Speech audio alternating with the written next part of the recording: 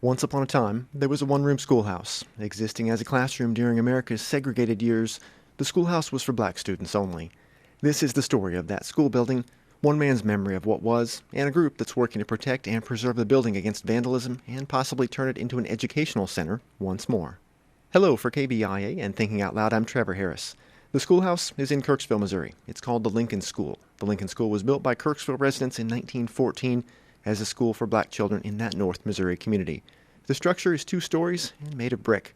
The workmanship of the building, located near the Truman State campus, is professional. If you were black and of primary school age in Kirksville between 1914 and the end of racial segregation in 1954, you likely attended the Lincoln School. Since 1954, the building has primarily been used as apartments. Presently, the building sits empty and vandalized after a 2007 fire, but more on that later. On a recent Tuesday morning, Claudia Miner met me at the school. She'd assembled a few preservation-minded citizens who share her interest in using the former one-room schoolhouse as a way to teach history. We invited the former Lincoln School's present owner, Richard Hedinger, to join us, but he was unavailable.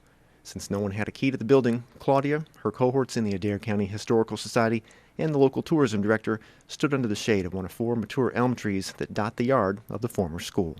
My name is Claudia Miner, and I'm a citizen of Kirksville. I was born and raised here. And this building is a building that was used for black students, and it closed in 1954. I've been in contact with one of the students that went to school here. He went through the 8th grade and then went on to public school in the 9th grade in Kirksville. And he graduated from Truman and is a very successful person. There were 9 students when the building closed. And at one time, when my dad was growing up, he knew a fellow by the name of Herbie Nichols. And Herbie would eat my dad's breakfast sometimes because my dad didn't like breakfast. My grandma would invite him in, and she'd say, "Herbie, you better hurry. You're going to be late for school." And he'd say, "Oh, Mrs. Miner, I won't. I'm the only one there." So he was the only black student at that time. So why are you interested in this project uniquely, or what is the project? Well, I serve on the Adair County Historical Society board, and I'm quite interested and always have been in the history of Adair County. And I'm particularly interested in this building because I'd like to see it revived and possibly the community purchase it and have it as a museum, work with Truman as a work-study program, maybe a scholarship. I have dreams of this building. John Setledge joined Claudia Miner at the school to learn more about the structure he would also like to see saved, and he shared some of the context for the Lincoln School building and talked about some of the students who attended Lincoln School. Here's John Setledge. Down here was the shoe factory that employed people for almost centuries, it seemed, and it's all gone too. But this is an area that had been, as Claudia was remarking, a working class neighborhood. They had small houses. They all walked to the shoe factory to work, and that was a major contribution as far as employment in the community for a good many years. So if there was a black neighborhood in Kirksville, this was it? Yes, I think so. Spread out, yes. But there were only about 5 families, weren't there? Yeah. Mm-hmm. Very small number. And I think she may have mentioned if the children finished here, they had to go to another community for secondary education. Macon, I think, was where they went. And I believe the school board paid for their tuition, but they didn't supply them transportation, which really was a hardship. But there was an effort to try to help them in some way, as long as they didn't go to the schools here. Just what is it about this building that inspires such zeal to preserve it? The former Lincoln School is a modest brick building. It hasn't been a schoolhouse for almost 60 years. Sometime after 1954, the Kirksville Board of Education unloaded the building. Starting in the 1960s, it became an apartment. Then it became 2 apartments. As Truman State has grown, so has demand for land on which to build student housing. Today, The brick Lincoln School building is surrounded by student apartments of a more modern construction. The school sets back from the street, since its neighbor buildings are much closer to the lot lines than the school, which is on two large lots. The school enjoys a prominent place on its South Wabash Street address. At one time in history, students with names like Rocky Cable, Mary Mooney, and Philip Harrison attended school here. Many students' parents were drawn to Kirksville to work in area coal mines in the early years of the last century. Clyde Johnson attended Kirksville's Lincoln School for several years as a young man. I spoke with him recently by phone from his home in Utah. To describe my experiences there, I would say it was the best of times and it was the worst of times, to quote Charles Dickens. It was the best of times because, it was a one-room schoolhouse, but we had, when I attended, approximately 5 grades, one instructor, one teacher, but 5 grades. So when it came time for your grade to receive the instruction, you went to the front of the room, sat down in a chair next to the teacher, and then you covered your subject. Everything was very thorough, and the years I spent there provided an outstanding foundation for my education, primarily because it was a one-on-one education scenario.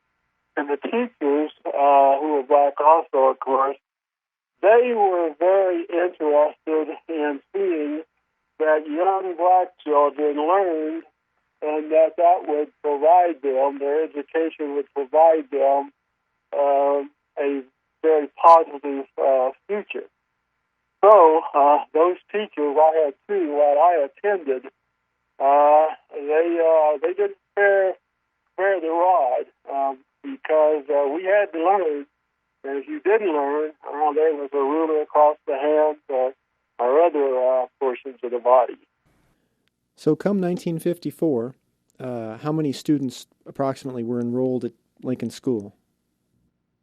At that time, I believe there were 8 of us, and the 8 of us, I think 4 of us, we have maintained communication over the years. Previous to that, the school might have had as many as 20 students or so. I have 2 first cousins, and I just recently learned that approximately 10 years before I started school, they had attended school there.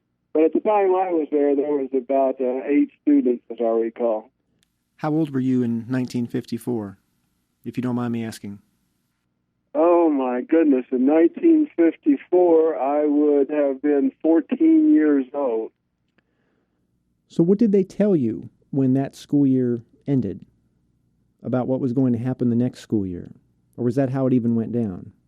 No, it isn't. There was no discussion whatsoever, plus there was no transition.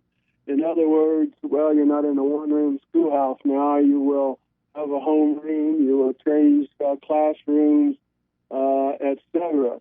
There was no transition whatsoever. However, there was one major event that I will always remember.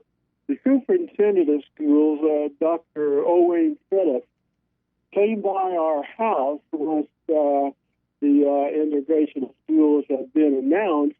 And he sat down with my father, Clyde Johnson Sr., who was a very well-respected person in the community. And he sat down with him to get his input on whether or not Kirksville should go ahead now with the integration of schools or should perhaps wait a while. Dr. Phillips was in favor, but he just wanted to get that input from my father. And I didn't until later years recognize the importance or significance of that discussion, but that's one thing that I will not forget. And that's the only transition, if that would be a transition, that was made as the Lincoln School closed. The Lincoln School is a reminder of a different time in America, a time when the color of your skin made a much bigger difference on who you could befriend, what you could say, and where you got educated. Several residents of Kirksville want to see the Lincoln School building turned into a museum where Truman State students and others can see how segregation looked. It looked a lot like the Lincoln School, Kirksville Tourism Director Debbie Boughton thinks it'd be a great asset in an evolving heritage tourism trail that snakes throughout the city. My name's Debbie Boughton. I'm Kirksville's Tourism Director, and I would love this site, the Lincoln School, to be an attraction that's been redone so that we can bring more people to visit it. We do a lot of cultural and heritage bus tours here. We do a lot of antiquing tours here. So we have a lot of people interested in local and regional history. And I would love to add this site as an attraction. And in fact, we do drive by, but like Claudia, I would love to have it redone, have the inside with classroom fixtures, and if there's chalkboards in there, or add vintage chalkboards so that people could really understand an important part of our local history. What would be the story that you would tell? Okay, so say we flash forward 5 years, and we're at Lincoln School right now, and it's restored. It doesn't look like it's in too bad a shape right now. It looks like it's fairly well mothballed until it's ready for its next use. But what would the story be that you would tell if you were going to take a group on a tour that included the historic Lincoln School?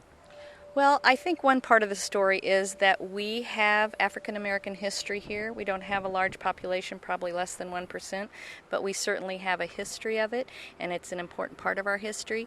I think it's interesting historically how the school board counted this school as important as the other schools, added textbooks and teachers, and it was, there's many parts of minutes of the school board meetings where they were concerned about this school. And I think it's also really important as part of the historic picture that in 1954, right after Brown versus the Board of Education, our school board stepped up and said, okay, this is the law now, we need to close the school, we need to integrate, and they did it without what we've heard as court cases in metropolitan areas. And of course, I'm sure it wasn't hard to integrate a dozen children into the other school. It wasn't like we had 200 children at this school. So it was probably, but I admire the fact that they recognized the law of the land and they followed it. There are signs that the school could be saved from possible future redevelopment. A Truman State professor recently collaborated with the Lincoln School's current owner on a still pending National Register of Historic Places nomination. While inclusion on the National Register wouldn't stop demolition of the currently empty building, it does draw attention to the significance of the structure. The Lincoln School has the attention of the Adair County Historical Society as well. As school started again this semester at Truman State, Claudia Miner did as she had last year. She circulated brochures about the building directed at students who live nearby. Miner appeals to these students to watch out for vandalism at the school site. One of these students walked by as I was visiting with Miner, and others outside of the school. My name is Jasmine, and I am a nursing major at Truman State. Where'd you come from? St. Louis, Missouri. So you live here on Wabash Street, yeah? Right. Mm-hmm. What's across the street from your apartment? I recently found out that it used to be a one-room schoolhouse for black kids back in the early 1900s, I think. So it's pretty cool. Was that a surprise to you? Yeah, because at first I didn't pay attention to the house until the lady came and told me about it. So now I'll definitely pay attention to it. One of her requests, I was just talking to Miss Miner, was that she was asking the students to keep an eye on it, protect it from vandalism, and if any ne'er-do-wells are skulking around, shoo them away or whatever. Right. Now that you know what it is, do you feel a special affinity for it? Yes, actually I do pay more attention to it now, and I will pay attention to if I see people coming around it, and I'll let them know. I was able to recently connect with Richard Hedinger. Remember him? He owns the Lincoln School building and has for many years. Hedinger was raised in nearby Edina and manages rental properties now in Kirksville. He's rented the 2 apartments in the Lincoln School building for several years, and he told me that at one point, before he owned the building, his father lived in the structure as well. So Hedinger also has a long-standing personal history with the Lincoln School. I asked him his plans for the building, restore it or sell it to developers. He's had offers. I asked him if he wants to keep the Lincoln School from demolition for more student apartments. He told me, let's just say I didn't accept those particular offers. Hedinger has another rental in town that needs work too.